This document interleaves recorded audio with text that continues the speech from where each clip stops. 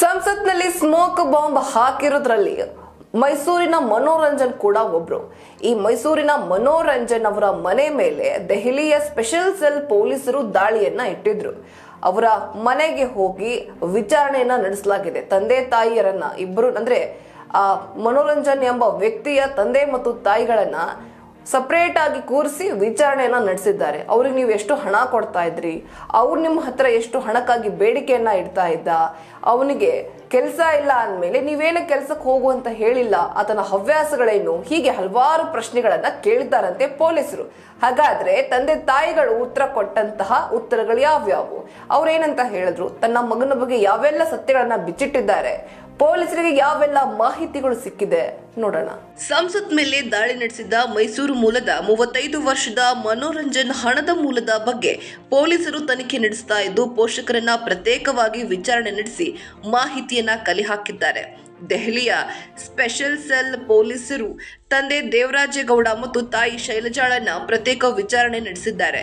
ಈ ವೇಳೆ ನಾವು ಆಗಾಗ 1,000-2,000 ರೂಪಾಯಿ ನೀಡ್ತಾ ಇದ್ವಿ ಅಷ್ಟೇ.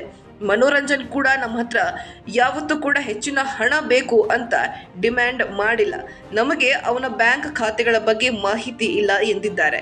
ಇನ್ನು ಈ ವಿಚಾರಗಳು ಮೂಲಗಳಿಂದ ತಿಳಿದು ಬಂದಿದೆ. ಅವನ ಕೈಗೆ ಆಗಾಗ ದುಡ್ಡು ಕೊಟ್ಟಿದ್ದೇವೆ. ಅವು ಕೊಟ್ಟಿರುವ ಹಣದಲ್ಲಿ ಪುಸ್ತಕ ಖರೀದಿ ಮಾಡ್ತಾ ಇದ್ದ. ನಗದು ರೂಪದಲ್ಲಿ ಅವನಿಗೆ ಹಣ ಕೊಡ್ತಾ ಇದ್ವಿ.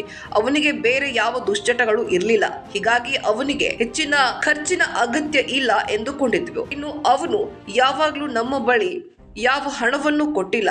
ಹೆಚ್ಚಿನ ಹಣಕ್ಕೆ ನಮ್ಮ ಬಳಿ ಯಾವತ್ತು ಬೇಡಿಕೆ ಕೂಡ ಇಟ್ಟಿದ್ದಿಲ್ಲ ಎಂದು ಅವರು ತಿಳಿಸಿದ್ದಾರೆ. ಇನ್ನು ನಾವು ಅವನಿಗೆ ಕೆಲಸಕ್ಕೆ ಸೇರಲು ಯಾವತ್ತೂ ಒತ್ತಡವನ್ನ ಹೇರಲಿಲ್ಲ. ಅವನು ಬೆಂಗಳೂರಿಗೆ ಹೋಗ್ತಾನಂತ ಹೇಳ್ತಾ ಇದ್ದ ಅಷ್ಟೇ. ಮನೋರಂಜನ್ ಜೊತೆ ಯಾವತ್ತಿಗೂ ಆತನ ವೈಯಕ್ತಿಕ ವಿಚಾರ ಚರ್ಚೆ ಮಾಡಿರಲಿಲ್ಲ ಎಂದಿದ್ದಾರೆ. ಮನೋರಂಜನ್ ಮೈಸೂರಿನ ನಿವಾಸಕ್ಕೆ ಸೋಮವಾರ ದೆಹಲಿಯ ಪೊಲೀಸರು ಆಗಮಿಸಿ ವಿಚಾರಣೆ ನಡೆಸಿದ್ದಾರೆ.